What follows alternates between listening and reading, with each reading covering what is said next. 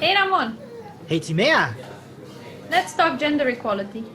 I love the idea. Give me a second, I just gotta grab my coffee. I hope you've got yours too.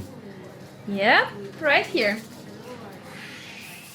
I think is an excellent moment to segue into what Women Tech Makers Vienna is, because we've got a lot to say about that. We are both part of the Women Tech Makers Vienna organization, and you've been around for much longer than I have, Timea. Why don't you start by telling us what Women Tech Makers Vienna is? Sure. Actually, I think yeah, in January we'll have our 8th year anniversary since we've Wow. founded the community in Vienna, and it's it started from the Google Developer Group, which is a community of people interested in Google products and frameworks and technology alike. And these big conferences that happen yearly at Google in San Francisco. Well, the women that participated there were like, but it's kind of lonely around here. Where are all the women at this big tech conferences? And I think that's where the need actually started to push into let's do something about it. So yeah, Women Tech Maker was started in at this one of these big Google conferences in San Francisco, what's 8, 9 years ago.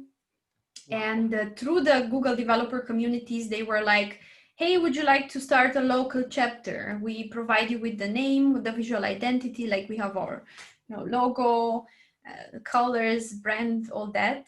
Um, just, with the simple goal of bringing more women into STEM. And Mm. we Sorry, in Vienna STEM. said, yeah. Sorry, STEM being Science, technology, engineering, and mathematics. right. Yes, of course. Yeah, so Y- that was the beginning. Yeah, that's awesome. And you've been doing this. You said eight years in January. Yep. Yeah, I can't Wow. believe it myself. Yeah, that's 8 years that you've been running a yearly conference.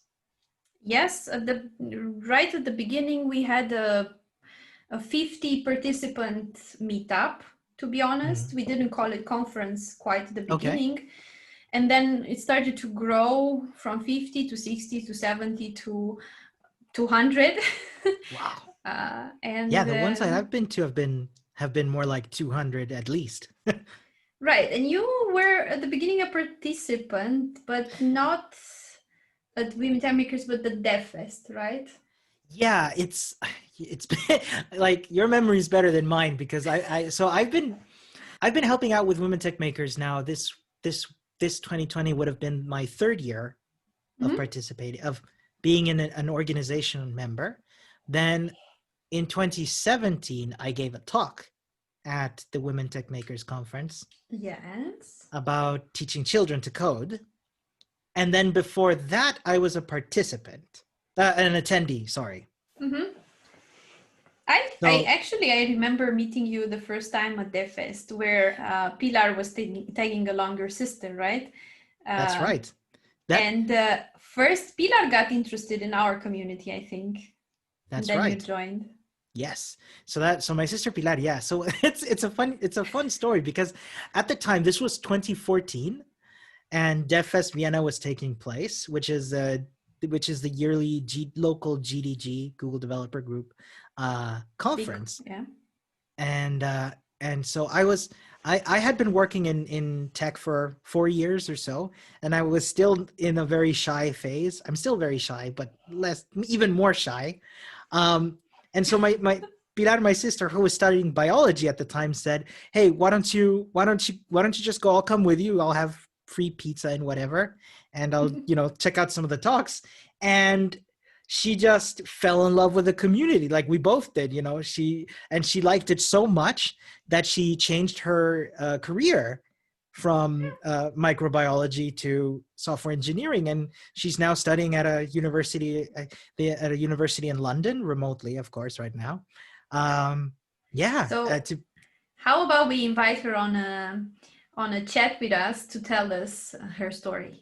I think she'll be able to tell it so much better than I would. Yeah, let's do that. I really would like to get Pilar to motivate and inspire us as well. Totally, totally. She's doing some fantastic stuff, but I'll let her toot her own horn. Yeah, no. So I just kind of I had such a good time, attending and speaking at Women Tech Makers that I think I either wrote to you or to someone else who was organizing. I said, listen, I want to help. I want to keep this going. And it was a great time. And It look was a where great we are time. today, And here doing we a are now. crazy podcast. Yeah, definitely one of the more out there experiences for me right now. I didn't think, I've got this microphone, but I didn't think that I would use it for podcasting. I thought I'd be doing it for giving talks. You can So do both. absolutely, you never know where it's going to go. But yeah. And so the objective of these conferences, right? We wanted to showcase women in STEM Hmm. who were doing really fascinating things and inspire, mostly because our target group was mostly students, right? Yeah, we started with students, and we were mostly located and we're still located at the Technical University with our conference. So Yeah, as the side effect, it attracts, the students there. absolutely. But I have to admit that because we're already 8 years old, we kind of grew with the community and the community with us. So I noticed Mm, that it turned from students into, people that have already 5 to 10 years experience on the job. So I would say now it's more the young professionals, and I include students in that as well. yeah, absolutely. And that kind of, what I like about having that opportunity is that we kind of can help folks that are trying to figure out where they want to go in their careers, show them what the possibilities are. One of the talks that inspired me so much is we had a scientist come on, I think it was last year or the year before, who showed us how they were creating artificial heart valves. Do you remember? And I was the tissue engineering The topic, tissue wasn't engineer. it? Yes, yes, it That was. fascinated everybody at the Yeah, conference. We haven't gotten so many amazing positive feedback replies like with that for that talk. So that was yeah. pretty something. Do we have a link to that? We Yeah, could put it in the show notes. yeah, we ought to have it on our YouTube channel. We have to look Excellent. that Yeah, up. exactly. I mean, on the note of the YouTube channel, as we've been doing this conference for a few years, we've been recording these talks and putting them online for people to watch. Yes, and that's where our podcast will also be going to. Excellent. It's the same Yeah, channel basically. excellent. Right. So the aim of the conference was always to showcase female role models from STEM, not just IT, but really different domains. And because it's different domains, we hadn't had the opportunity to go into in depth of a particular domain. So we always kept it on a generic level of let's get people introduced into tissue engineering, into uh, machine learning at the general AI in Mm. journalism. We had the topic Oh this yeah. year about interfaces, inclusive interfaces. So it's like very different. We had also 2 years ago a conference that was more focused on I think it was, yeah, um,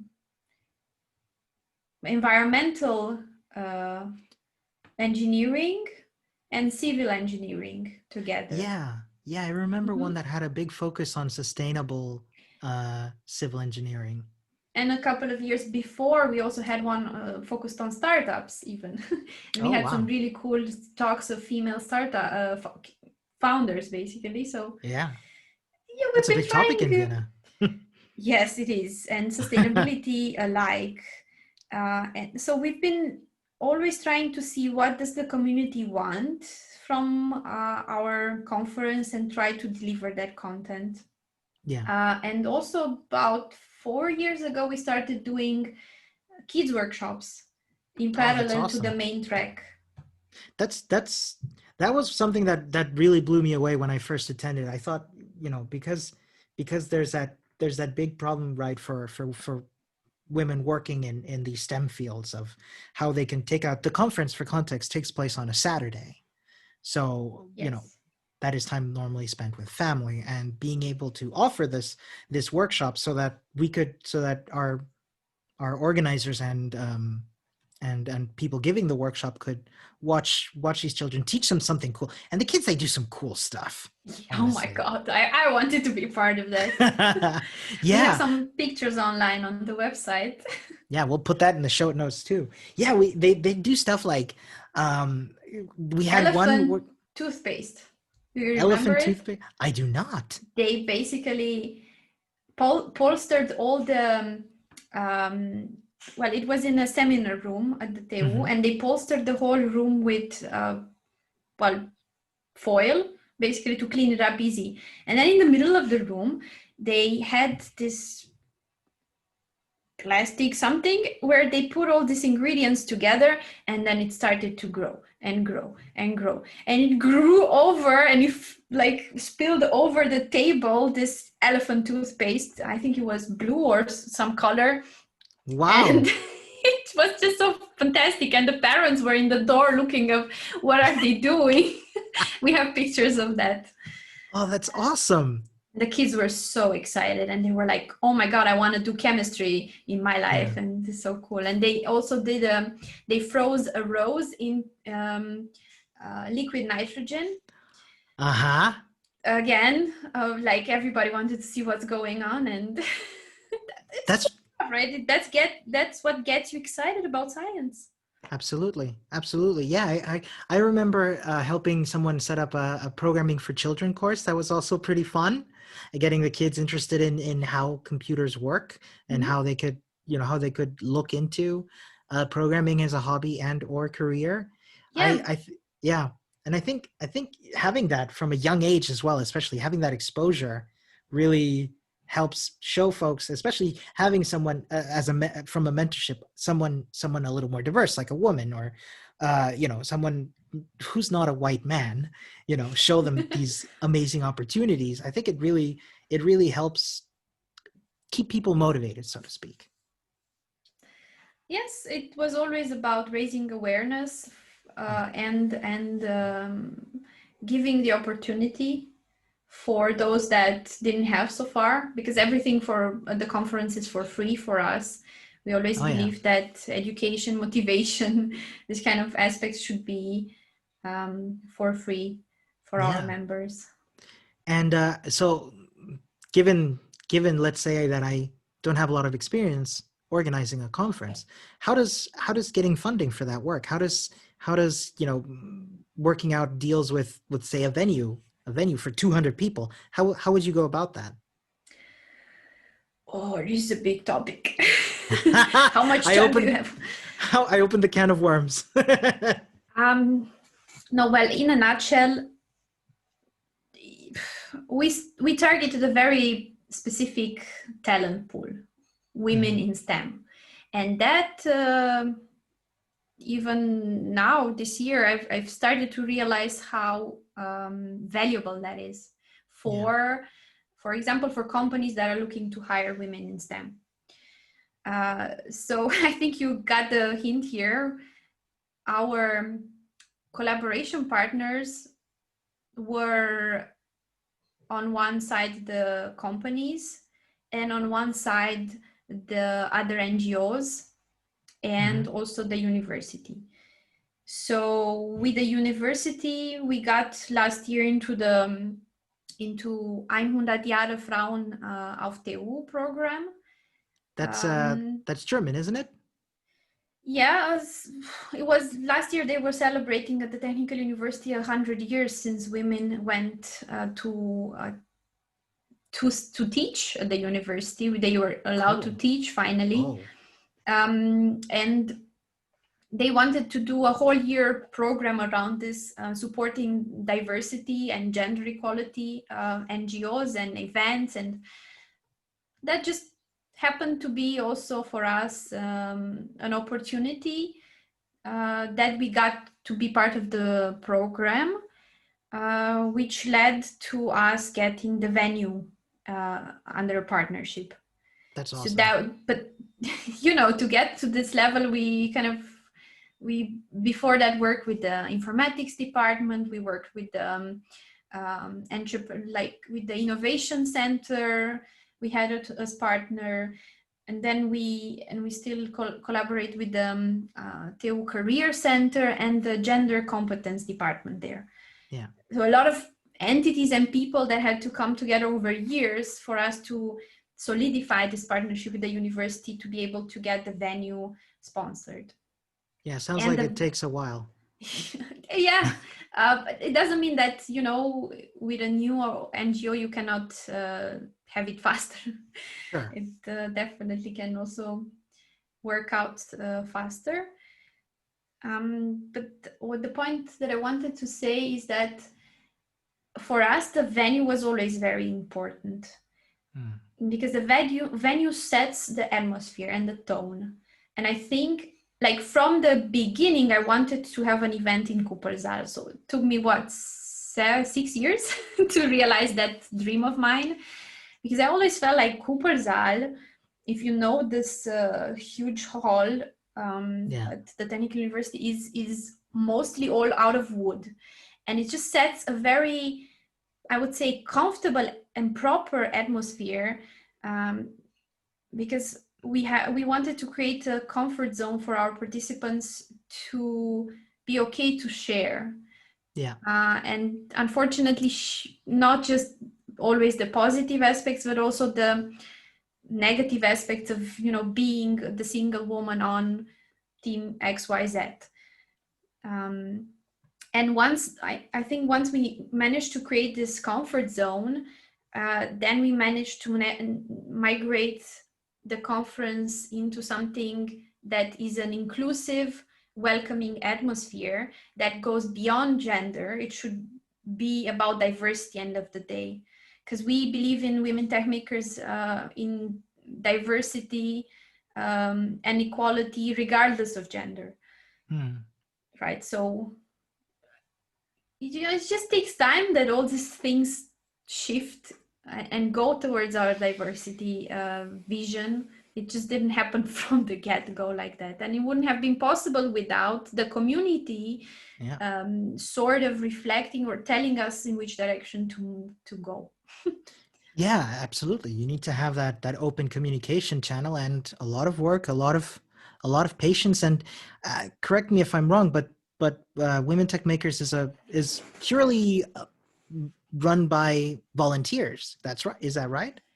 Yep, none of us are paid by Google or by women tech makers to do this. We only, as you know, do it on the side of our full-time jobs or Yeah. part-time jobs, weekends, evenings, Yeah, and it's out of passion. absolutely out of passion. And I mean, people like you and I, we have the privilege to be able to have the resources to be able to dedicate this time to it. So Yes. if we can, why not, right? Yeah. Yeah, it's a lot of work to be able to pull something like this off. And of course, not everything goes perfectly smoothly. We have our bumps. I remember, I don't know if I've mentioned this to you. I'm going to mention this to you on a recording for the first time. The first year that I organized, that I helped organize Women Tech Makers Vienna, I was in charge in the afternoon half. I was in charge of recording the speakers, right?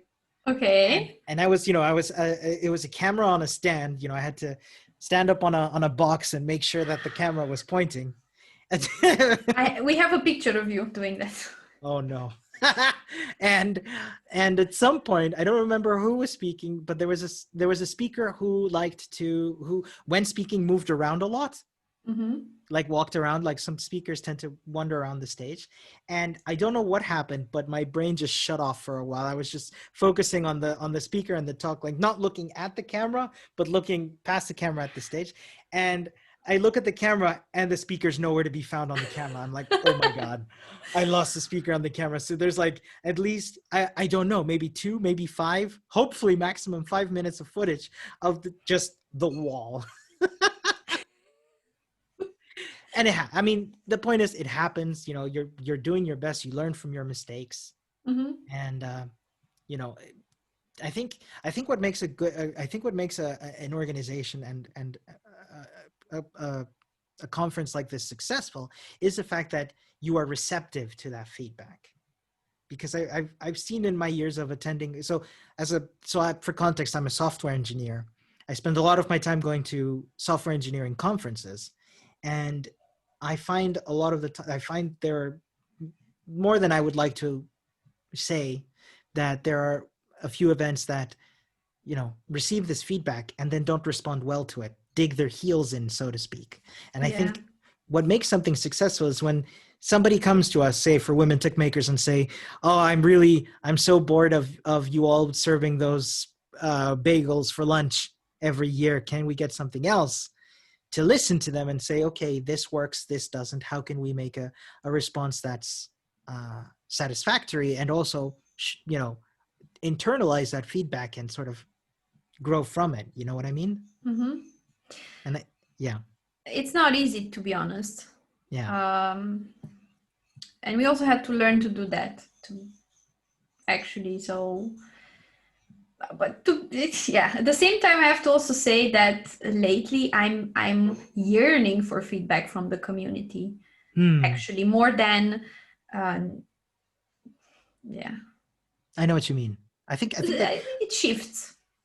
absolutely, absolutely. I mean, this year for the first, because of the need to be remote, we tried our hand at something completely new, which was the Women Tech Makers online conference. And Yes. that was completely new for us. We tried a bunch of new things. Some worked, some we still need to figure out. We could probably dedicate an episode of this podcast to talk about online conferences. That's something near and dear to my heart. Um, But meanwhile, read the blog post that Ramon wrote about oh the whole no. experience of moving a on offline conference to an online. Let's I, put that I in the show notes. I guess I'll have to remember to promote myself in the show notes. That's what Um, I'm here for. It's okay. yeah, we got to do this for each other. Yeah, and so yeah, yearning for more feedback, and yeah, just hopefully seeing what works, seeing what doesn't work, and being receptive to it. And It's and the important. absolutely. Speaking of importance, another thing that I find that really, correct me if I'm wrong. I'm curious to hear. So for conferences, for me, as a speaker, having a code of conduct is absolutely essential to me. Right? Hmm. If I get invited to or apply to speak at a conference and I notice that they don't have a code of conduct, I'll find I should really ask them why they don't have a code of conduct. There's a blog post by Ash Dryden that I will post in the show notes about why it's important to have a code of conduct for you as a speaker, as an attendee, and even as an organizer to feel safe. Hmm. Um, but that's enough of my monologue. I'm curious, Timea, what's the history of Women Tech Makers and the code of conduct? Whew. If If you, that's not putting you on the spot. then I don't know. Yeah. Um, we've been working on it several times, so I think this is like the third, fourth iteration that we have on our website. The last time actually Pilar, I think, worked on it, maybe Mhm. together with you, is it? I think 2 years ago I adapted the Berlin Code of Conduct into Yeah, what yeah, we that's the one currently have. I'm. Yeah, Yes. yeah. So I can't say that I personally was much involved in the topic.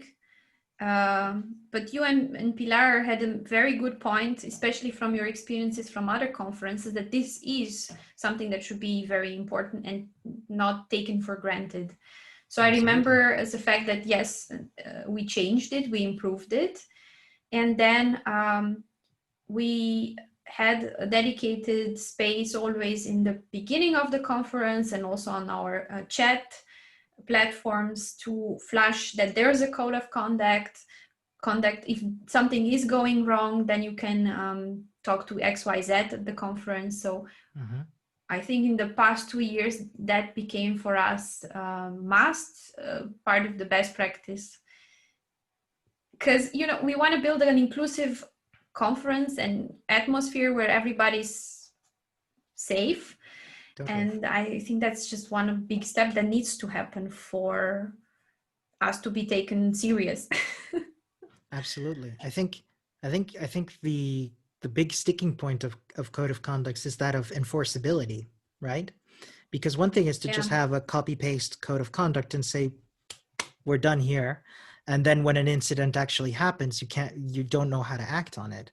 So because it's not set in crystal terms, what happens if a code of conduct breach happens? It takes place. So it, I, I've met a lot of folks in my journey or a few conferences that say something like, "But we're all adults. We don't need a code of conduct.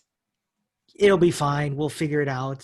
And a lot of the times, those are the events and those are the people with whom these, let's say, these transgressions take place. You know?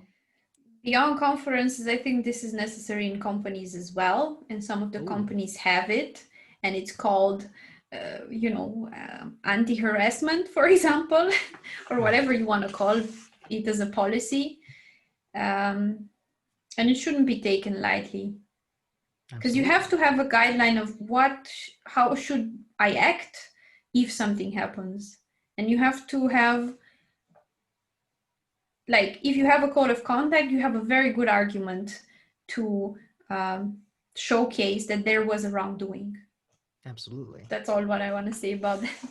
Yeah, no, I thank you. No, I think I know that in the past I've as as you hinted earlier, I've kind of me and my sister Pilar, we've kind of been the sticklers that are constantly code of conducting and trying to push that to be enforced further. I think what we've done now is get us to a point as well. Something I'd like to touch on is um, to whom it applies, because what I find interesting about a code of conduct is also that it an an attendee needs to abide by the code of conduct. A Mhm. speaker needs to abide by the code of conduct. It's a little more Yes. involved because they also need to make sure that with their talk, with their slides, they don't break the code of conduct. Mhm. But as organizers, we need to abide by the code of conduct as well. As humans, we can mess up. And so, what one thing, for example, uh,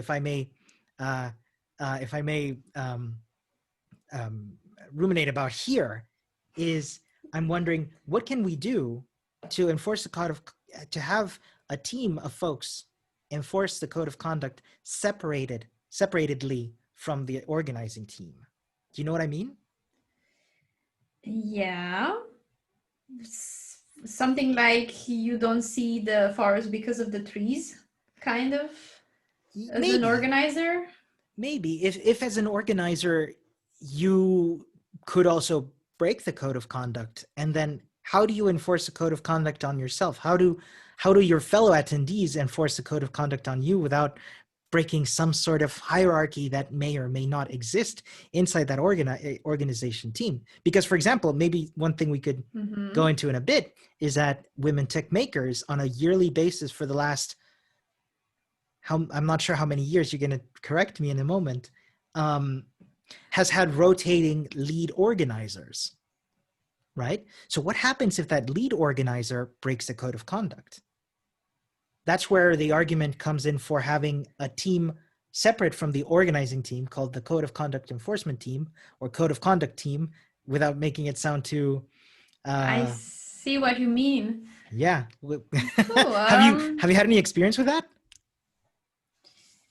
Mm, I can relate to it, but I haven't had experience with it. Mm, For me, it's always like okay, I've been there for women tech makers constantly for the last 8 years, and yes, the every year the main organizer changes, but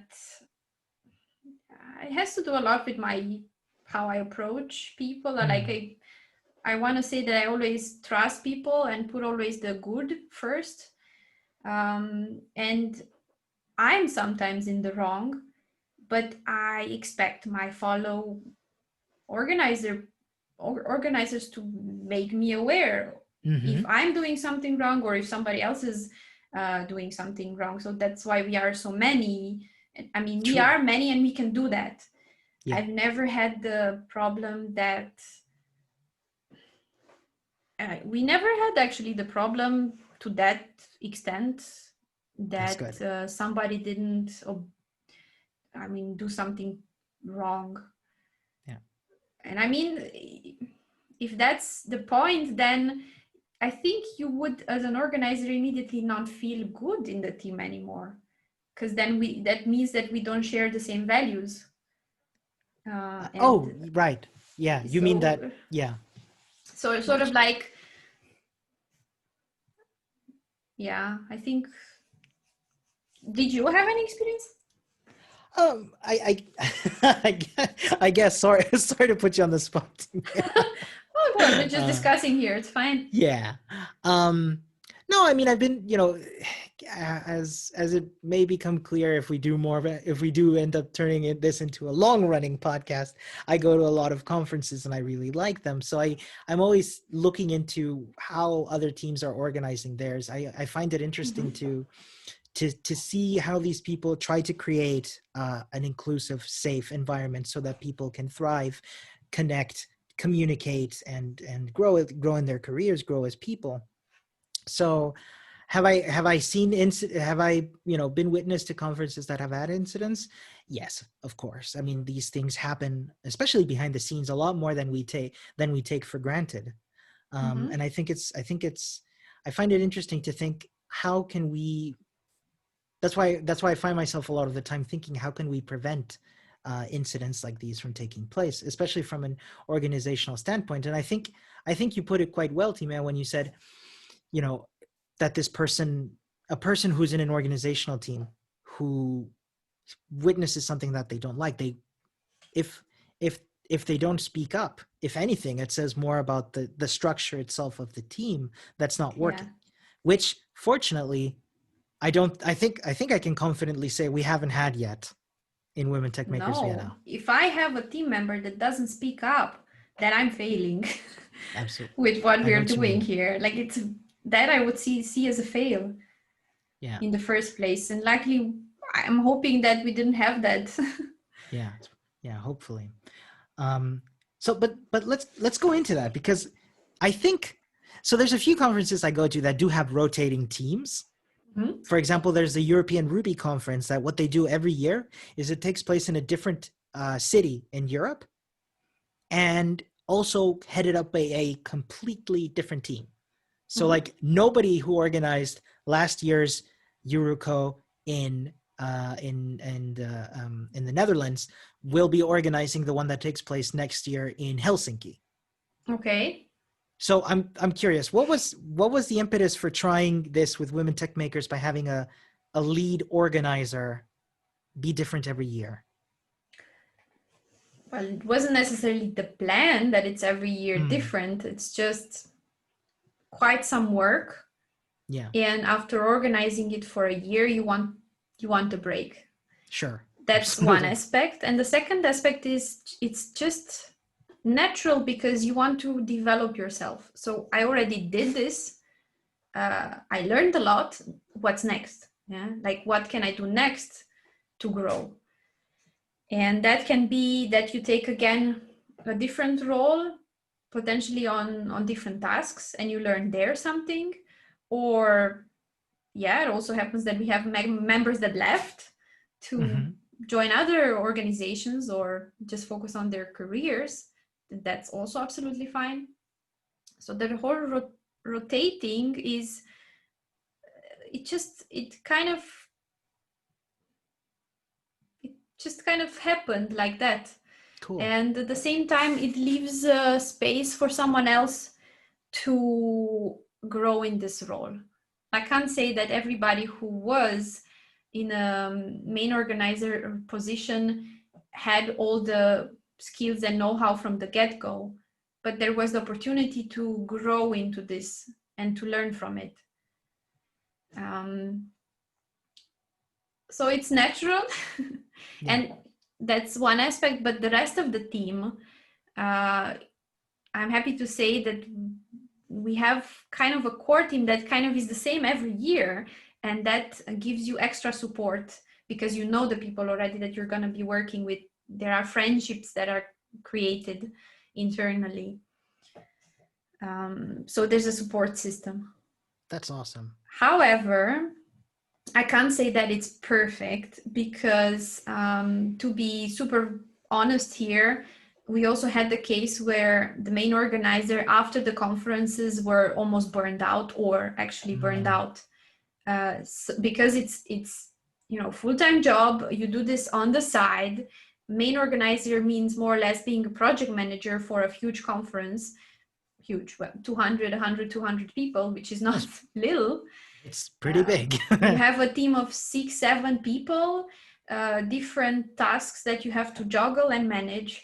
And then I think that the month right before the conference is super intense. Yeah. And I can't say that it's perfect in how we organize ourselves, because it was always the feedback, well, sometimes the feedback that after the conference there's like a burnout of the main organizer, and that's something that I wanted to overcome. And for that reason, we had last year the conference where we had 2 main organizers.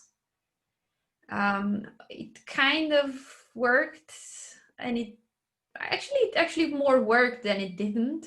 And we definitely didn't have this feedback of it was too much for one person.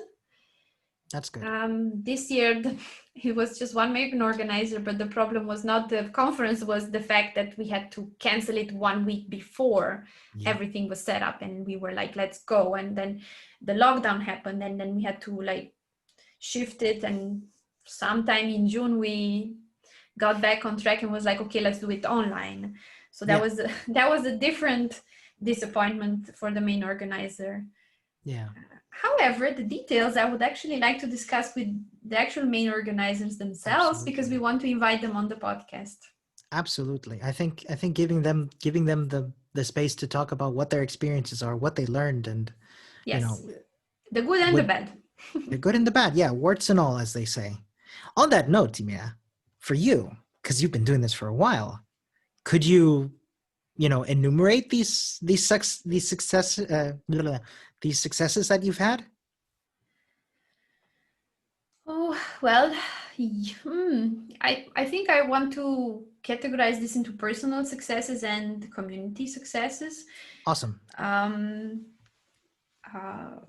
So first of all, I already mentioned that one big goal of mine and dream was that we have the conference in the Coopersaal. That was a big success for me. I never thought that I could see in a volunteer organization so much dedication that transforms in a sustainable team that stays the same over years. That for me is a huge feedback, positive feedback. Yeah. That the people just want to stick around. Yeah. So that's for me personally also beyond my expectation. Yeah, it's been a while. Yes, you're also in here for what, 3 years now, so yeah. You know why you stick around, but obviously there's something. I'm not going anywhere anytime soon. Awesome.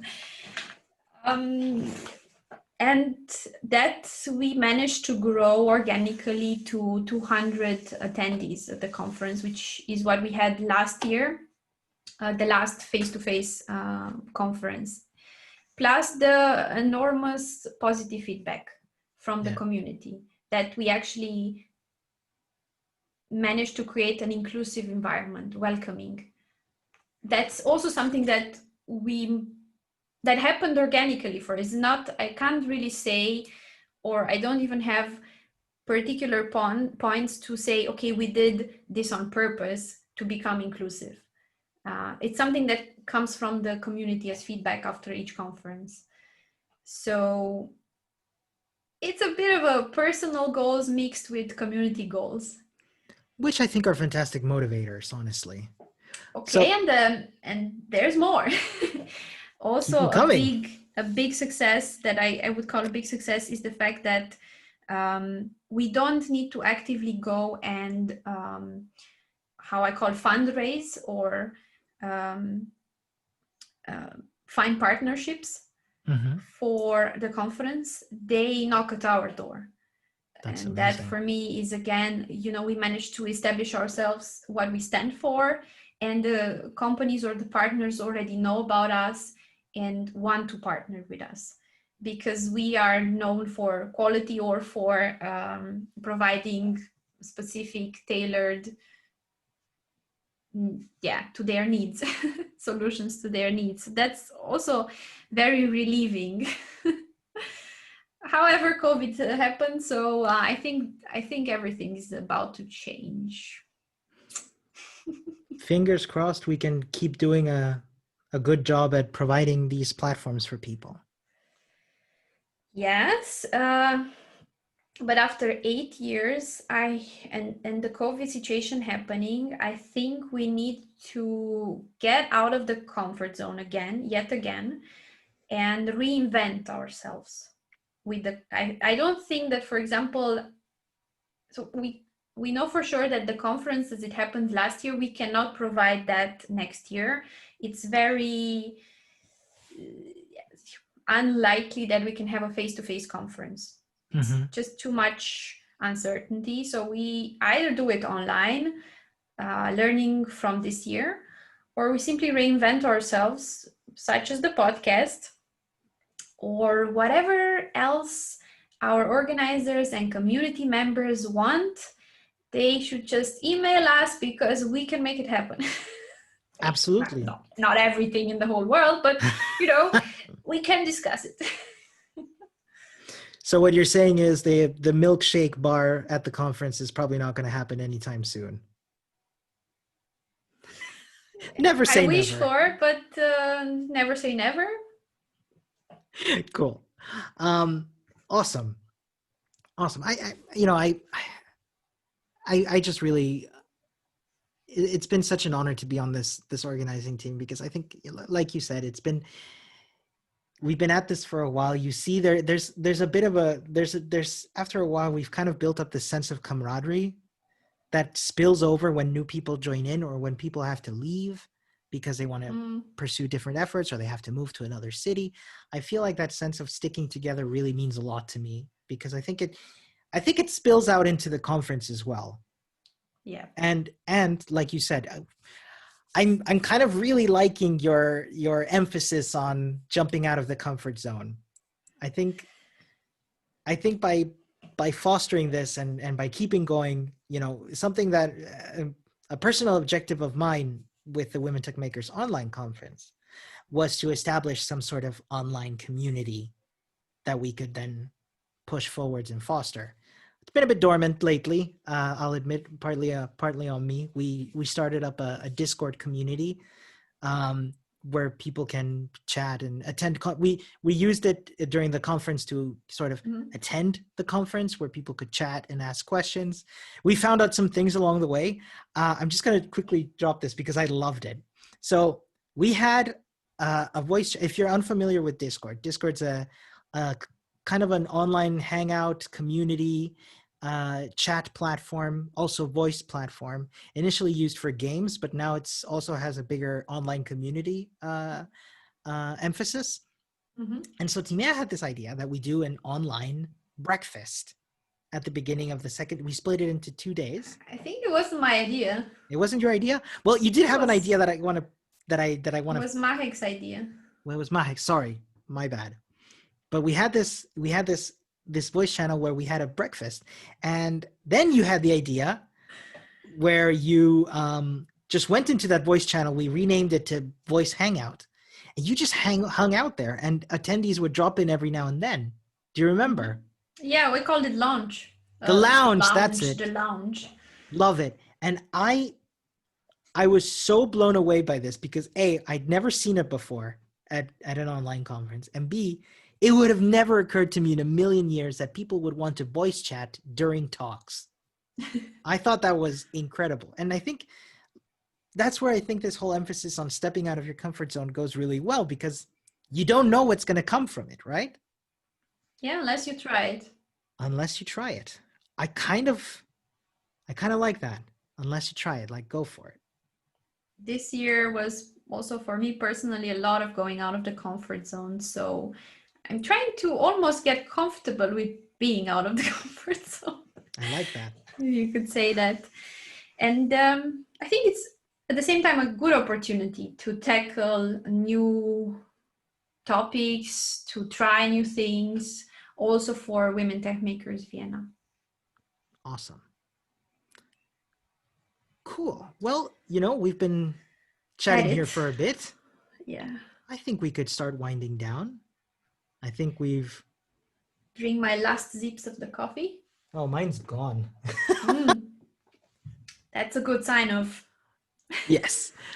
Well, I think this, I don't know about you, but I've had a wonderful time talking now. I think, you know, once we can start bringing on guests, we can start figuring out where this podcast will go, how we can make it grow, and, you know, make us grow with it. I don't know about you. How are you feeling, T-Man, now that we've been at this for a while? I'm still excited. It's like Awesome. insane. I love it. Awesome. And I I think liked with that, our chat. yeah, me too. A lot.